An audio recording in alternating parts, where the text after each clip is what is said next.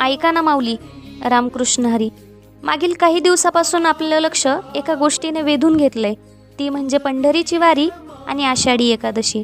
पण आपण कधी विचार केलाय का हो, नेमकी आषाढी एकादशी करायची कशी आणि आषाढी एकादशीचं महत्त्व काय? चला तर मग या व्हिडिओच्या माध्यमातून आपण आज जाणून घेऊयात की आषाढी एकादशी नेमकी साजरी करायची कशी आणि आषाढी एकादशीचं महत्त्व काय. तर भगवान विष्णूच्या प्रसन्नतेसाठी वैष्णव भक्त म्हणजे आपण प्रत्येक भक्ताचं कर्तव्य आहे की आपण एकादशी हे व्रत केलंच पाहिजे.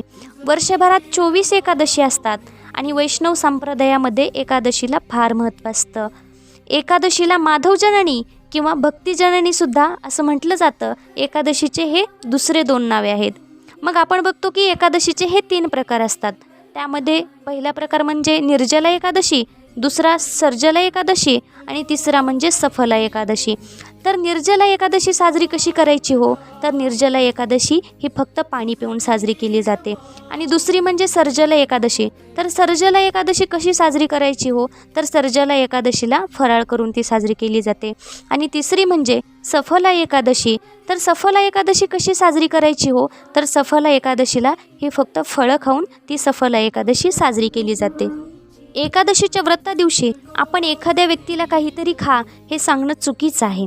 आपण बघतो की एकादशीला आपण उपवास असं म्हणतो. उपवास या शब्दामध्ये 2 शब्द आहेत, ते म्हणजे एक उप आणि वास. तर उप म्हणजे जवळ आणि वास म्हणजे राहणे.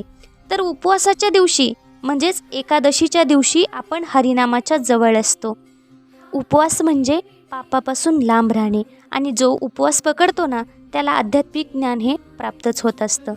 एकादशीच्या उपवासाने धर्म, अर्थ, काम, मोक्ष याची प्राप्ती होते आपल्याला.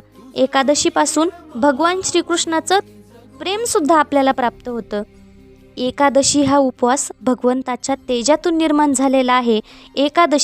एकादशी हे भगवंताचं नाव आहे. माधव हे भगवंताचं सुद्धा नाव आहे आणि या तिथीला भगवंतानं आपलं नाव दिलेलं आहे. बघा मग ही एकादशी किती पुण्य असेल. जो एकादशी करतो त्याला आध्यात्मिक प्रगती आणि भक्ती प्राप्त होत असते.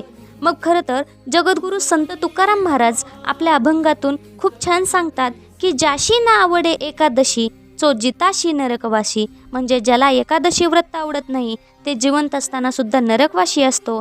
आणि ज्याशी ना आवडे हे व्रत त्याशी नरकही तो भीत.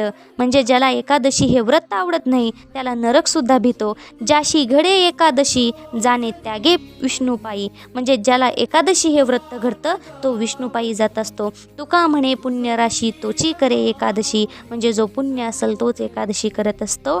म्हणून एकादशी करतो त्याला वैकुंठ प्राप्त होतं. म्हणून सर्वांना विनंती आहे की उद्याची येणारी ही आषाढी एकादशी सर्वांनी साजरी करा आणि भगवंताचं पुण्य प्राप्त करून घ्या. एवढंच या व्हिडिओच्या माध्यमातून आपल्याला सांगते आणि थांबते. मनपूर्वक धन्यवाद. रामकृष्ण हरी माऊली. जय जय विठ्ठल. राम हरी विठ्ठल.